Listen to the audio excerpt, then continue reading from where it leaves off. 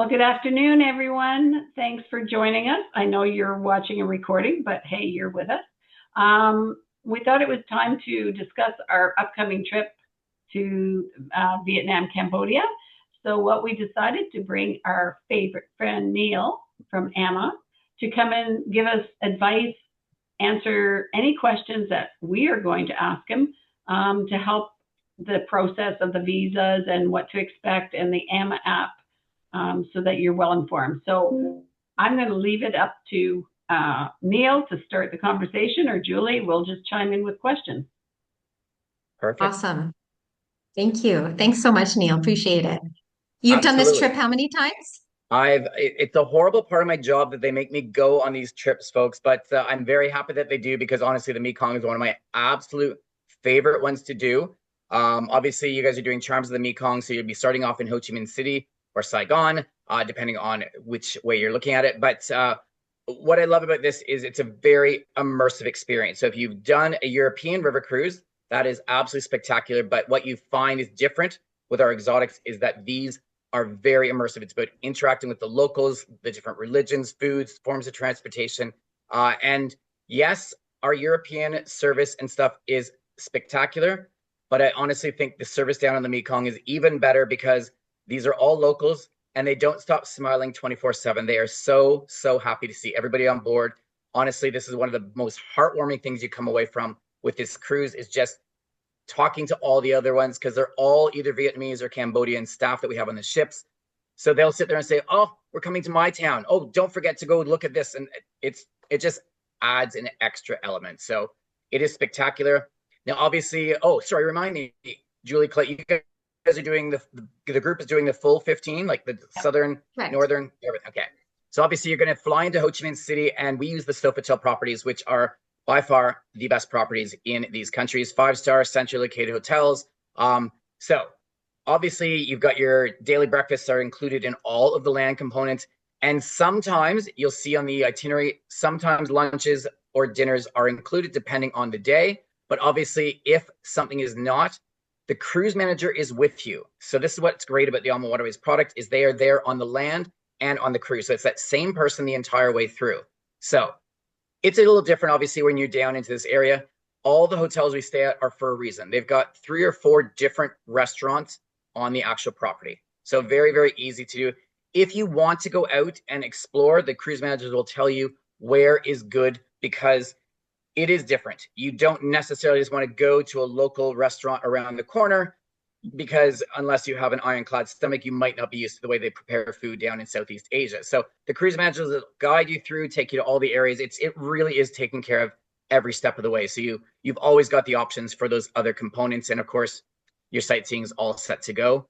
And then when you get on the river cruise, it's about, even though, yes, the cruise boards in Ho Chi Minh City, where the river cruise is actually board, is probably about a 45-minute journey from your hotel. So it's a little bit outside the city center. It's still part of Ho Chi Minh City, because it's a massive city. But it's a bit of a coach ride, takes you over to the port city for Ho Chi Minh City.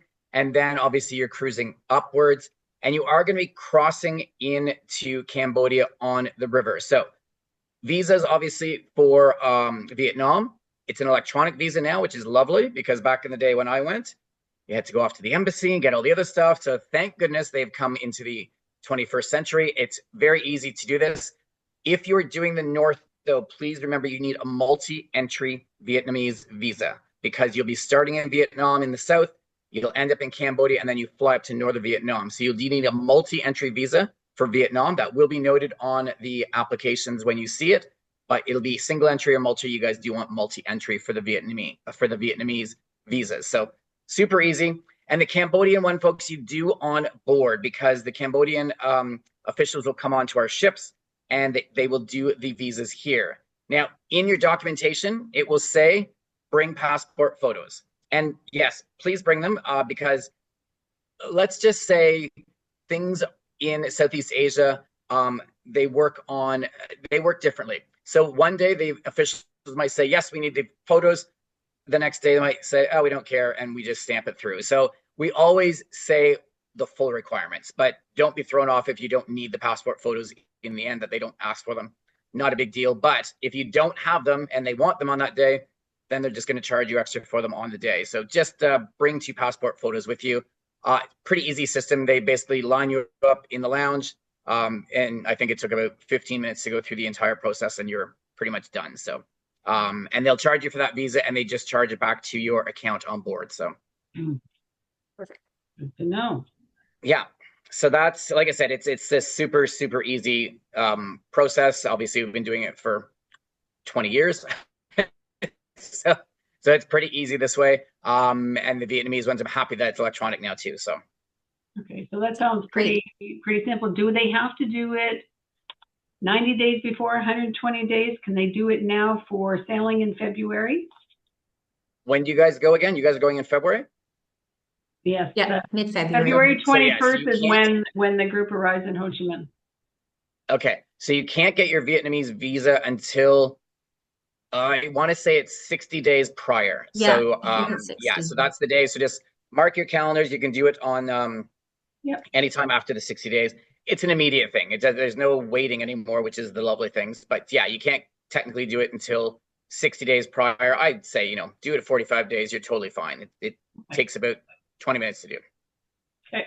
Neil, one thing that somebody mentioned to me was that it's a good idea, even if we're leaving on March the 8th, it's not a bad idea to add an extra week at the end for your departure date, just in case of delays in flights or something happened, you had to stay longer.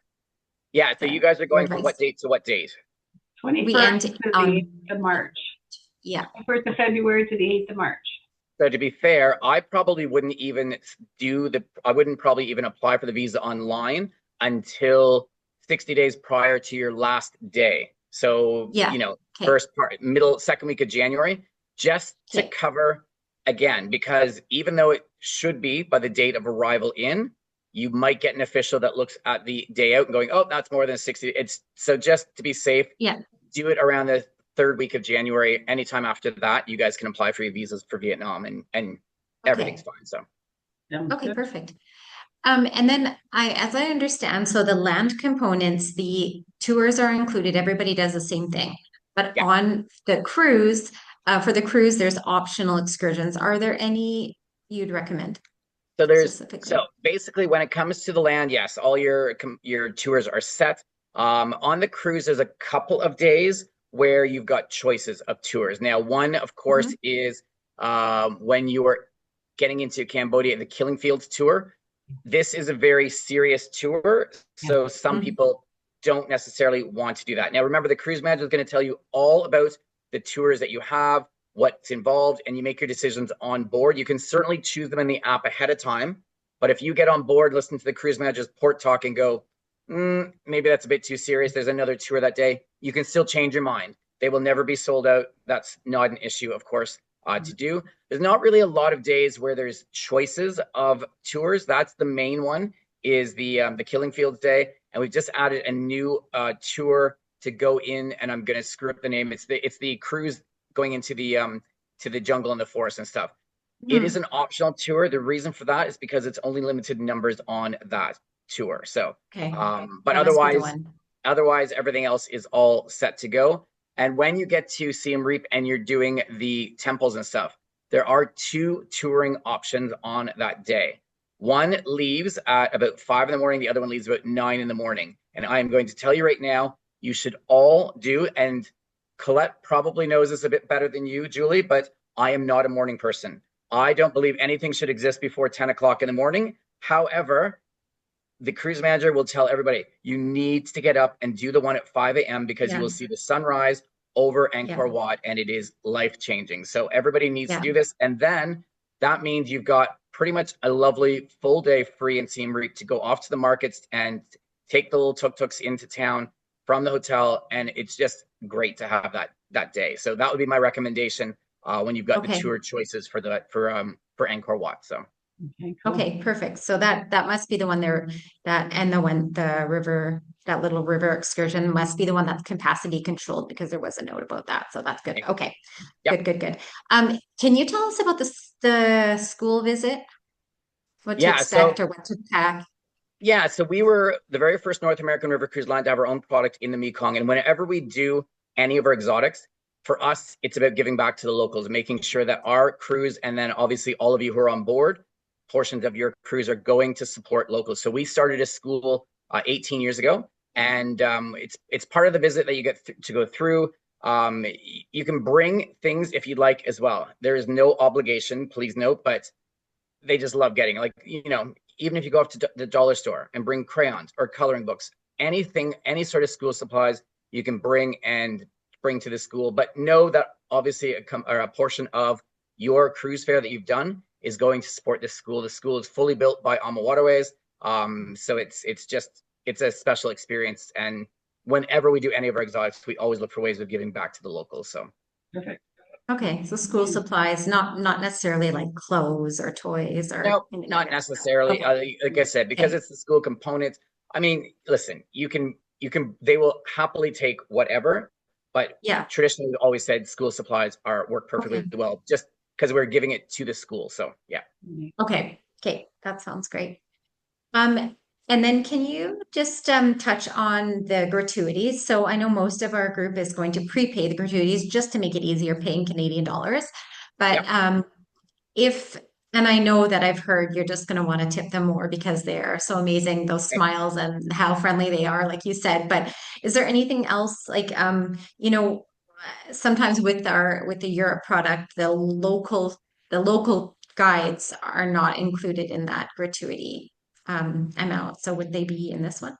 Yeah. So for 2026, yes, when you prepay your gratuities, it's including everybody on and off the ship. So all the guides, all the drivers, the cruise manager on board, things like that. But yes, just like and that's the same going for Europe. That's new for us for 26 as well. But yes, sometimes somebody stands out to you.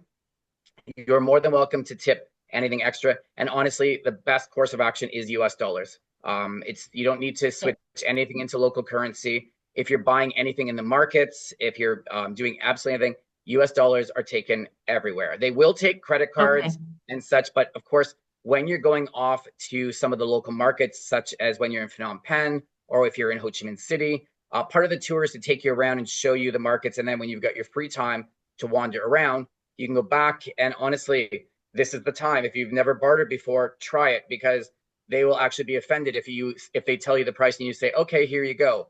They might actually get upset going, what? That was no fun. We want to barter with you. This is not the price. But yeah, you honestly have the option to go through. When you're in the markets, they might take credit cards. I wouldn't trust them to take a credit card. So again, this is where you should have US dollars in cash. You do not need to convert into the local currency. There's no need. They're more than happy with US dollars. In fact, they kind of prefer it. So Okay, that sounds really good.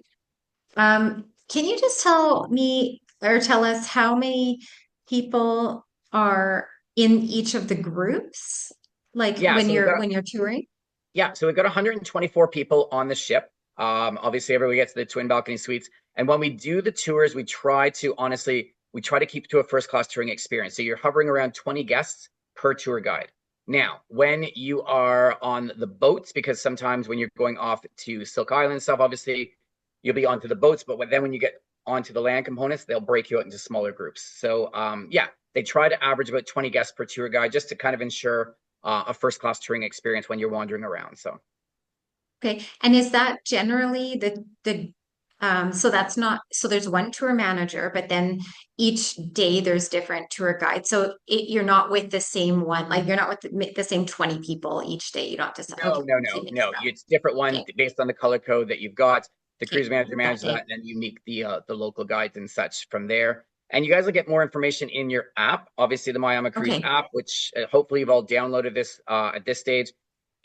The couple of times where there are choices of tours, you can select them in the app. Generally, about 3 to 4 weeks before your departure is when they'll actually open up into the app. Your documents being there, there's all sorts of information. And the cruise manager is going to go through a little tutorial as to tips and tricks with the app. So when you're on board, if you've got any questions, just go to the cruise manager, say, listen, how exactly does this work? And they'll go through it. But when you open the app, at the bottom, there's actually, it's called Share More, Learn More, and stuff like that. There's actually a full little video tutorial built right into the app to show you all the features as well. So you can actually do that now and look before you get on your trip, so you've got a very good idea as to how everything in the app works. But yeah, if you've got questions when you're on board, go to the cruise manager. But yeah, have a look at that little tutorial anytime you guys want. You can do that too. And you'll be able to put in your, once you've done your final payment, then your booking number will then be registered, so you can enter it into and add it into the app. So you can't really do it until after you've made the final, but yeah, you'll be able to go in there and get the tutorial. So. Okay. I understand the app. You can share it with your friends and family where they can see your location and stuff like that. You can do that. So that's pretty cool. You can share your cruise journey, so they follow along each and every day. It gives them a little pinpoint if you take the pictures in there. It's kind of like they're following along with your journey as well. So wish you were there. Yeah. I know this is getting a little bit more into the nitty-gritty, but as far as like say bottled water, is bottled water provided, or should we encourage people to bring their own mug? Not at all. It's all provided for you. Bottled water every single day. Yeah, I mean, that's all the stuff that you need is there. You don't need to bring any of that stuff. So okay.